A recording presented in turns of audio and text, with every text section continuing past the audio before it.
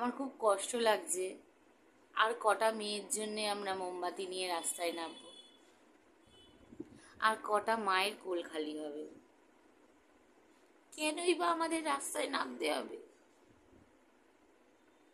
কেন? যে পৃথিবীতে মেয়েদের থেকে ছেলেদের জন্ম, যে পৃথিবী থেকে যেখানে মেয়েরা মা মেয়েদের জন্যে প্রজন্মটা এগোচ্ছে, মেয়ে ছেলে জন্ম দিচ্ছে বলেই তাহলেই তার প্রজন্ম এগোচ্ছে বা যাই হোক।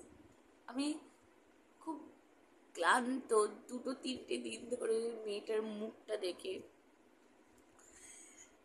কিভাবে অত্যাচার করেছে, মানে সে মানুষ কিনা সেটাই আমার ভাবতে লাগছে।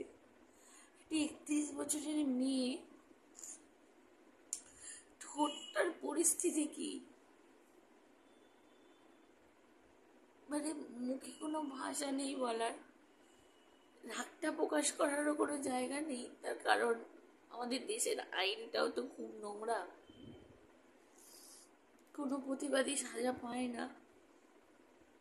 আমি শুধু একটা কথাই বলবো, মেয়েদের ভালো চোখে দেখো, তাদের থেকে তোমাদের জন্ম।